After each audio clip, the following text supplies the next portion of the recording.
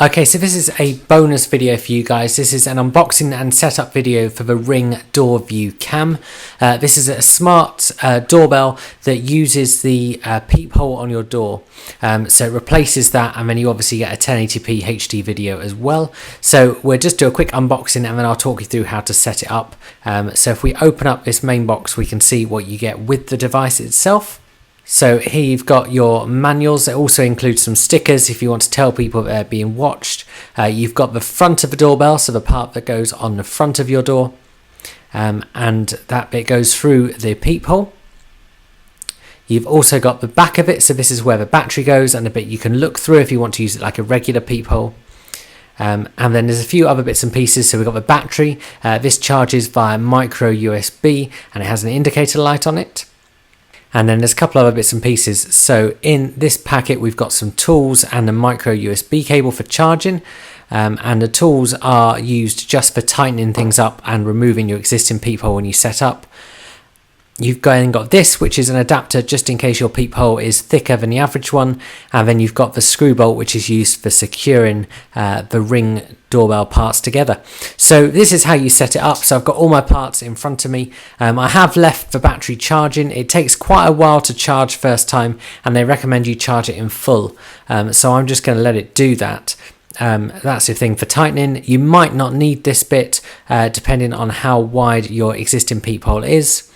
And then of course you've got the front of the Ring doorbell and the rear of it, and then this handy little tool which is really useful for tightening it when you're fitting it, but also removing your existing peephole.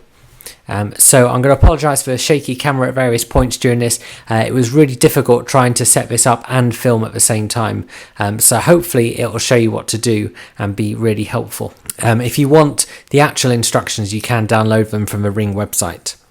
So first thing, we're going to use this tool just to remove our existing peephole. Some peepholes have covers, others don't, and they all have these kind of slight indents which allow you to remove them nice and easily. So we're just going to use a tool to do that. You could also use a screwdriver to do it.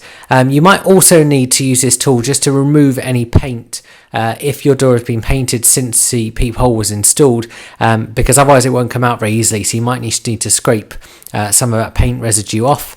After turning for a while, you get to a point where you can basically just do it by hand and remove the existing peephole. Make sure once you've removed it, you just keep both parts to one side just in case you want to replace it, or the doorbell doesn't work, or you move house and you want to take your Ring with you. When you remove the front of it from your door, you might need a screwdriver just around the edges to pry it off like I did. So next we need the Ring doorbell. This is the bit that goes on the outside, and that bit goes through the peephole. So we are simply just going to put that through there like that, nice and easy.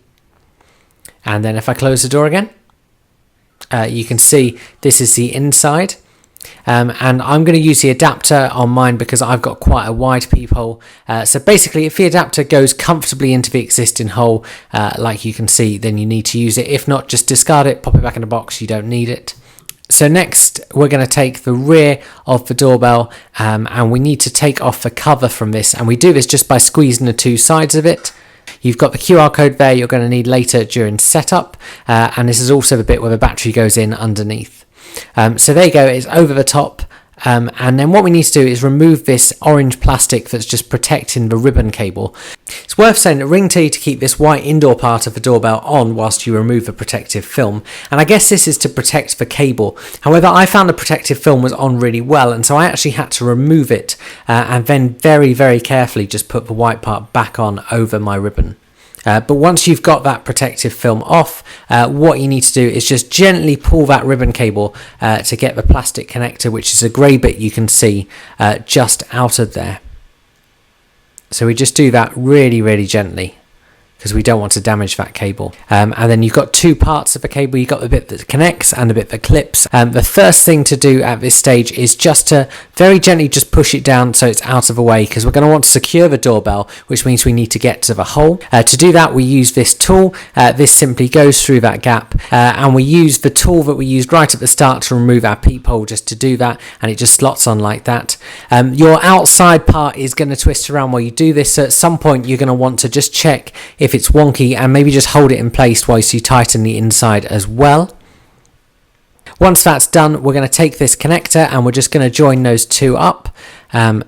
And that goes on nice and easily. You'll notice the top of the bracket just slots into place and it looks nice and comfortably housed. There's not a definitive click when a connector joins, you just have to trust that it's worked.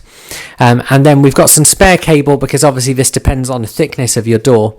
And so all we're going to do with this spare cable is we're just going to push it down and then we're going to push that bottom grey bit in place just to hold the spare cable nice and firmly out of the way.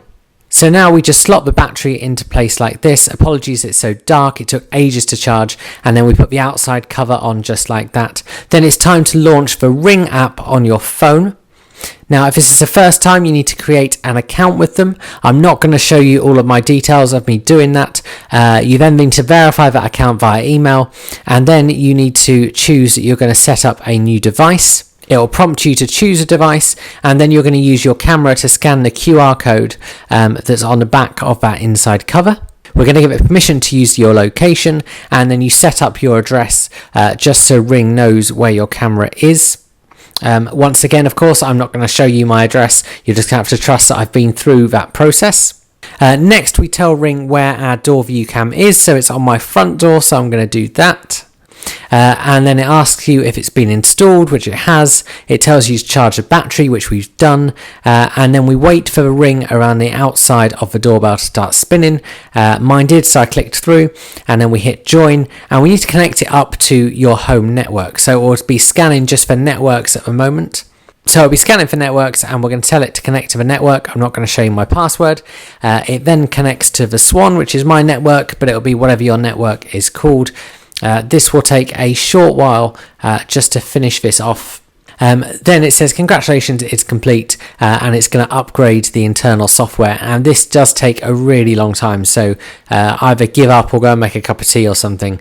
But once that's done, you can dive into the app and you can look at all the different settings for your doorbell. So you can turn on the motion sensor, you can auto configure all of that. The other thing to do is just to make sure you're checking your network strength and just check that it's strong enough. You can see your battery status here as well, so just play around with all those settings and get used to it. You can also share it with someone else if there's more than one of you living in your house, and I hope you guys have found this video helpful.